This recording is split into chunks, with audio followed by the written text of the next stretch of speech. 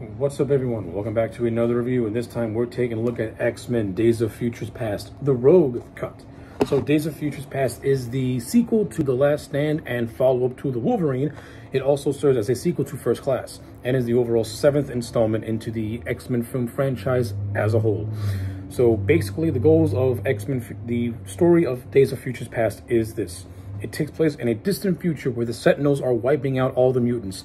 So in a last-ditch effort to save the human race, Professor X, along with Magneto, Iceman, and Kitty Pryde, and new additions as and Storm, along with new additions Bishop, Blink, Warpath, and Sunspot, send the consciousness of Wolverine back to his younger self in 1973, so that way he can convince a younger version of Charles and of Xavier and Magneto to prevent Mystique from killing Bolivar Trask, the architect of the Sentinel program.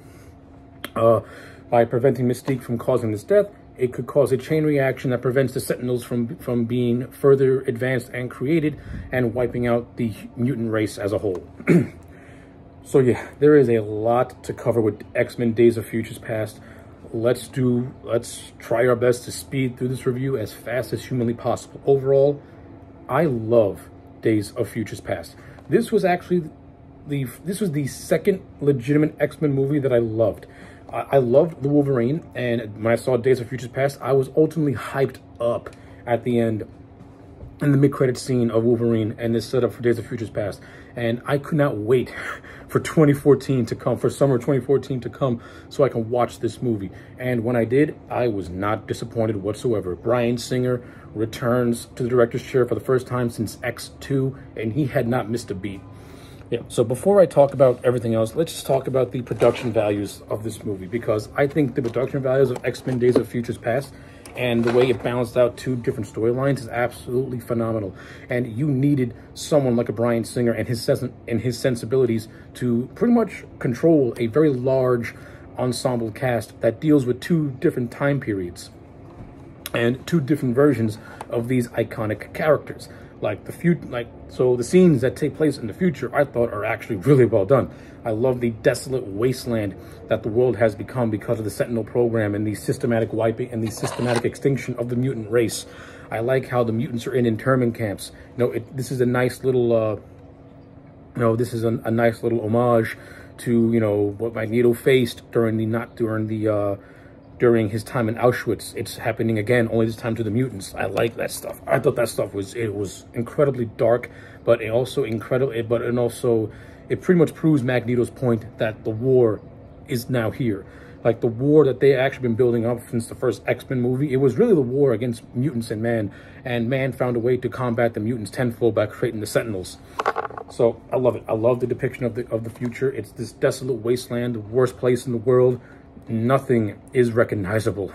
Everything is destroyed. You have a handful of X-Men who are on the run from the Sentinels, just trying to survive. Of course, these are Colossus, Iceman, Kitty Pryde, and new additions Bishop, Warpath, Sunspot, and Blink.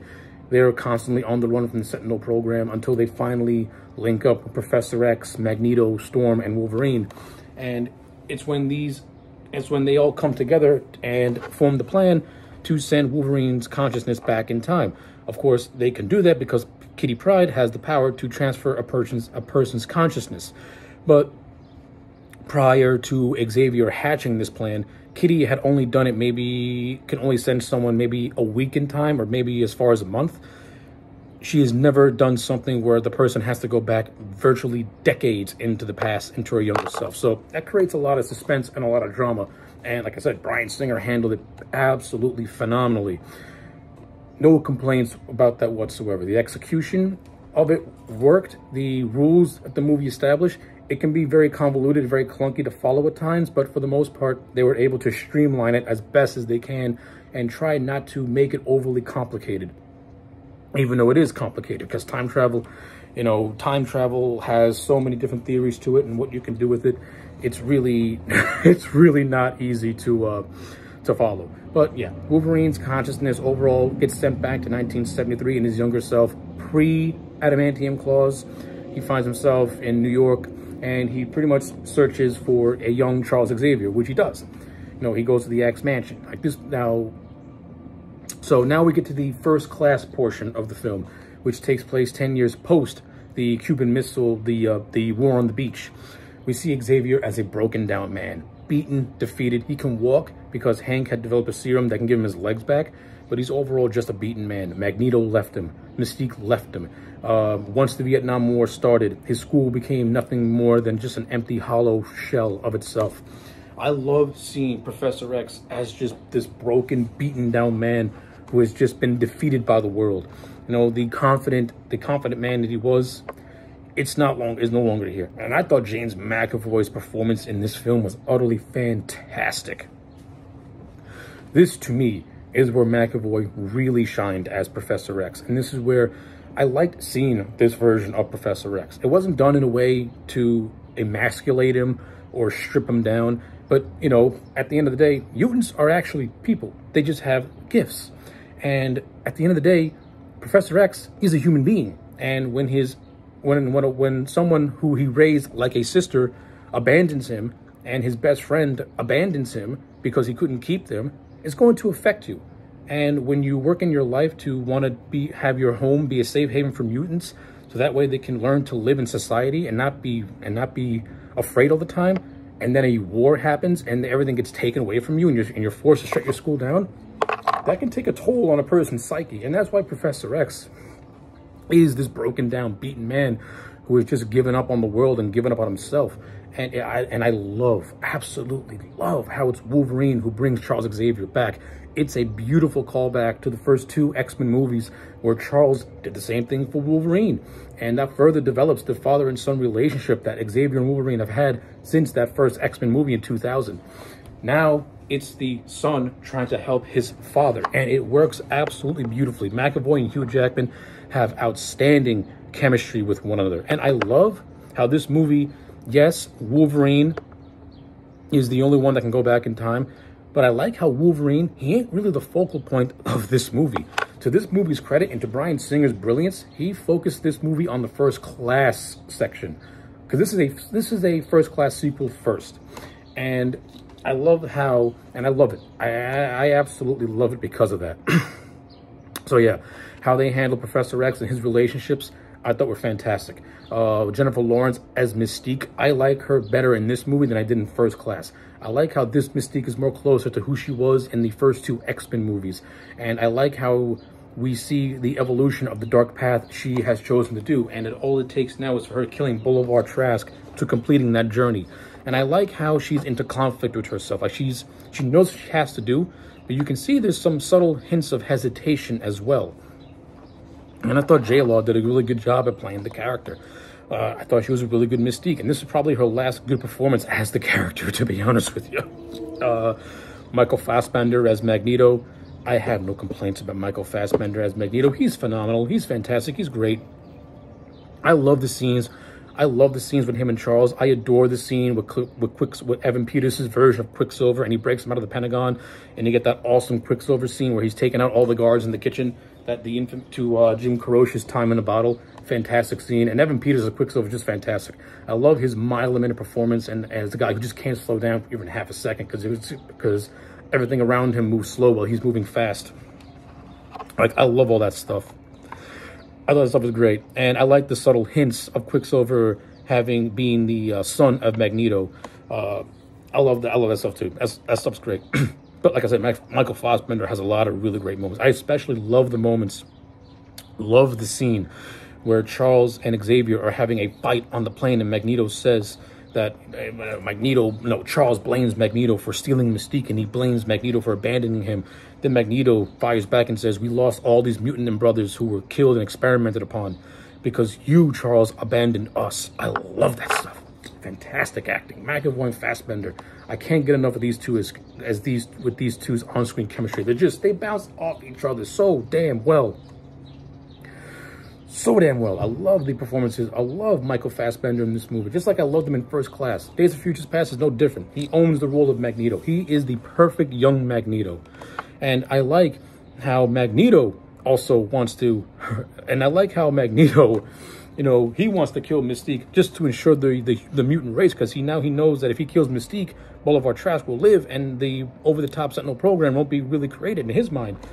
But no, Magneto wants to kill them all. He wants to kill He wants to kill Mystique, who is a threat, and he wants to kill Trask, who is a threat. Not knowing that if you kill by killing these two, it can do something that's even more darker and even more gruesome and even more grim. Like, Magneto is so set in his ways that he can't see the bigger picture because his revenge is so one-sided. And Michael Fassbender plays it to an absolute perfection. And I also love the redesign of the Magneto costume in this movie as well. It looks beautiful. So yeah, I got no complaints with that whatsoever. I also like Nicholas Hoult as Beast in this movie. I like how he's able to transition from being human form and beast form due to a serum that he created in order to give Charles his legs. But that serum also has a lot of side effects, and it also takes away Charles's ability to read minds.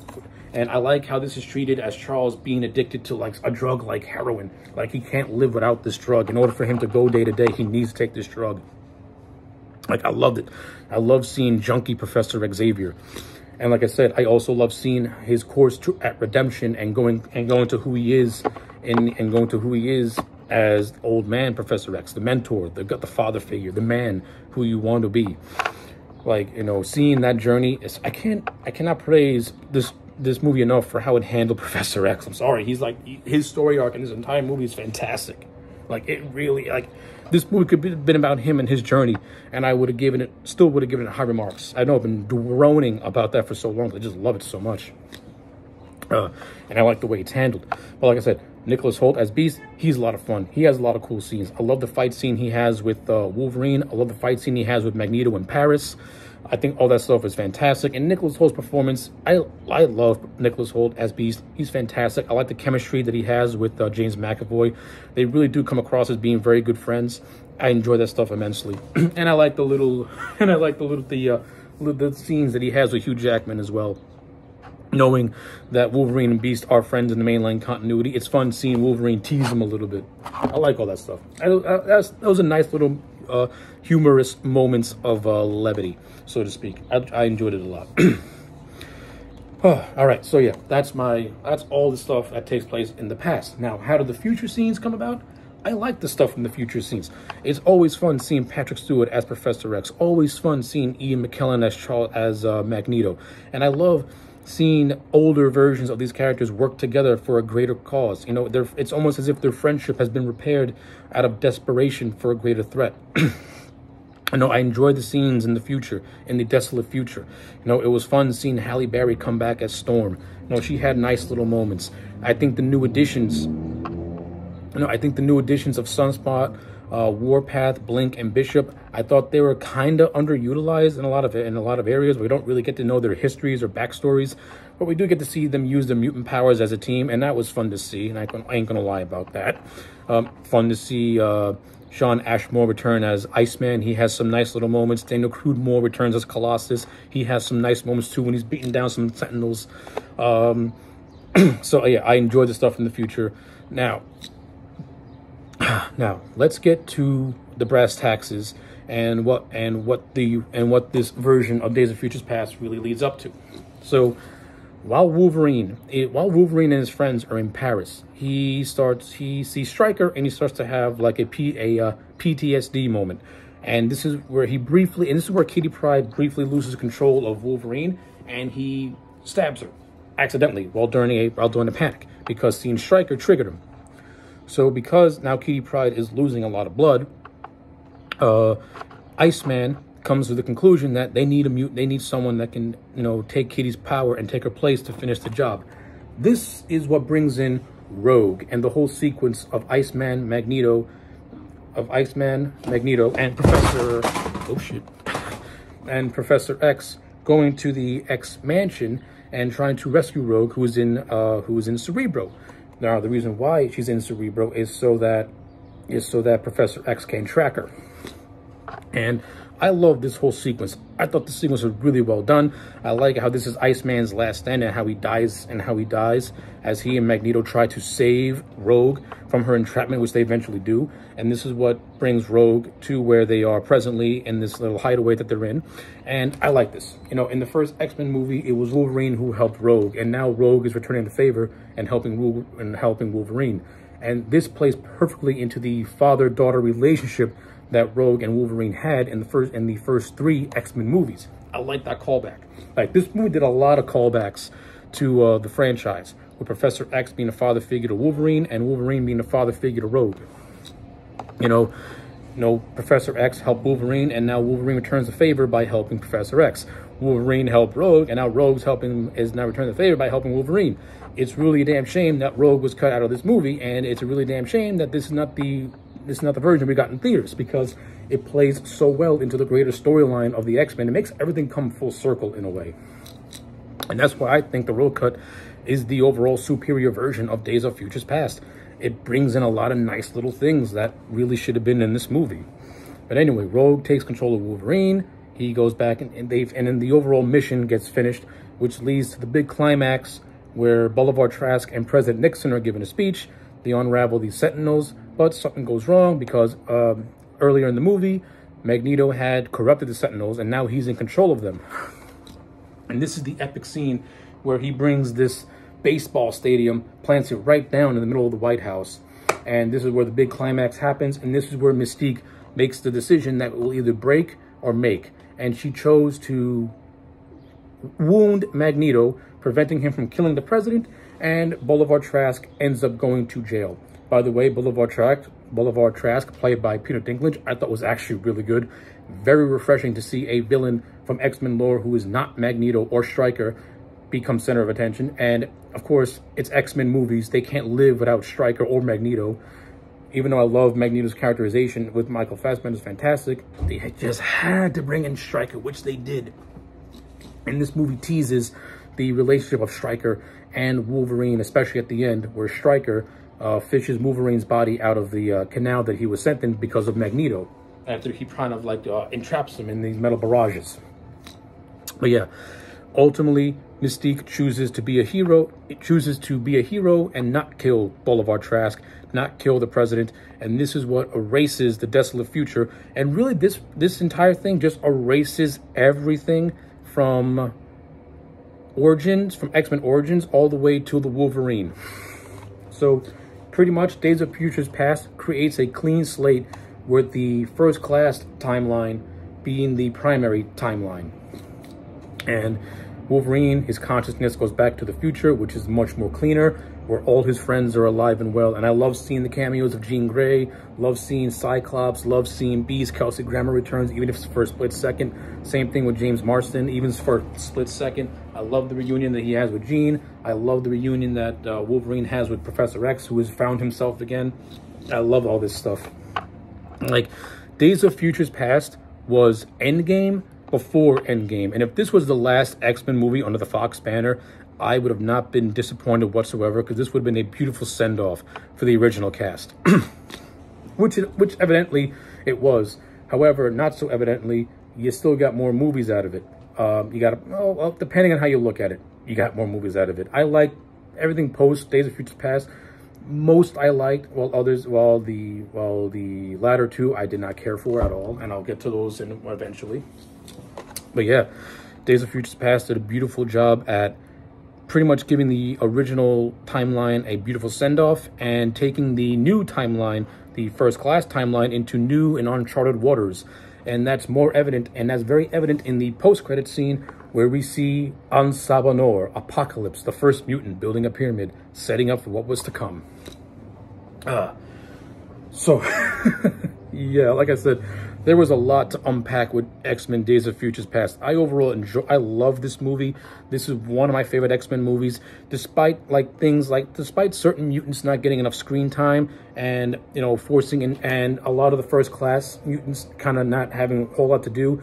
Like, there's this random section where Mystique is in Vietnam, and she sees Toad and Havoc, and she pretty much frees them. Like, Havoc was a big part of First Class. In this movie, he's a glorified cameo who doesn't do anything, who just does absolutely nothing. That was kind of a waste, to be honest with you. And I would have liked to see more Quicksilver, especially in the climax, and have Magneto admit that he's his father instead of, I mean, that would have been cool. But I do like the scene of Quicksilver seeing Magneto on TV, and almost as if, and being entranced by what he's saying about how the mutants are superior while the humans are inferior. Like, I like that stuff. I thought that stuff was really, really good. But yeah, despite everything, I adore X-Men Days of Futures Past. This movie is phenomenal. this is a great X-Men movie and just one of the great, and just a great movie in general, which is why I'm going to give it a solid 9 out of 10. I love X-Men Days of Futures Past, the Rogue cut. So yeah, those are my thoughts. Let me know yours in the comment sections down below. Like the video and subscribe, and I'll check you back next time for more.